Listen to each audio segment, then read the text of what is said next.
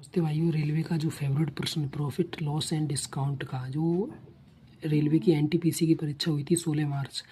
और first shift क्या, मान लो सभी शिफ्ट में ये रेलवे का फेवरेट है और बार बार आ रहा है। तो देखिए, एक व्यापारी दो वस्तुओं एक्स और वाई में से प्रत्येक को 500 में खरीदता है और उन पर समान एमआरपी अंकित कर देता है और एक्स को 50% 28% की दो छूट देकर लाभ कमाता है 958 का। तो यदि वाई को 77% की छूट देकर बेचता हो तो वाई का लाभ। अब देखो, दो वस्तु हैं एक्स और वाई, उन पर समान एमआरपी डाल रखा है, मार्क प्राइस और सेलिंग प्राइस। ठीक है, देखो एक्स की 50% और 28% की दो छूट, 50% की छूट कितनी हो जाएगी, 2 से 1, और 28% छूट कितनी हो जाएगी, 25 से 18। ठीक है, तो यहाँ से हम जो एक्स है उसकी निकाल सकते हैं, 50 दूनी 50 एमआरपी है और छूट 18 की। ठीक है, सॉरी, उसका जो सेलिंग प्राइस है वो 18 हो गया। तो वो एमआरपी दोनों का समान है, एक्स का 50 हो गया तो बाई का भी कितना हो जाएगा, 50 हो जाएगा।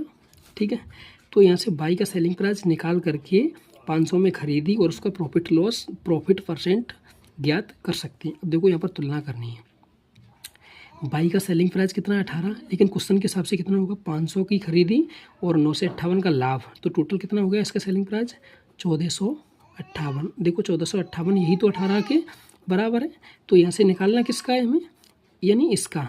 अब देखो, इसका एमआरपी दोनों का सेम है 50, तो इसका सेलिंग प्राइस कितना होगा, छूट दे रहा है 70% की, तो 50 का 77% छूट देने के बाद बचा कितना, 23%।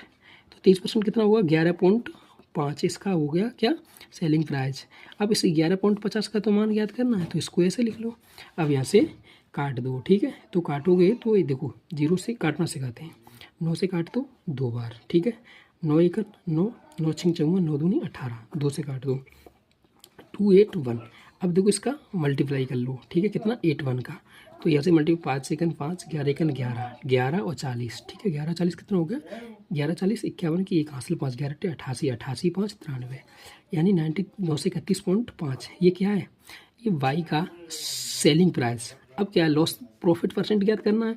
500 में खरीदी थी, 931 में बेच दी, यानी कितना, 431.5 का प्रॉफिट 500 के सापेक्ष इंटू 100, 00 से 00, 5 से काट दो 86.3।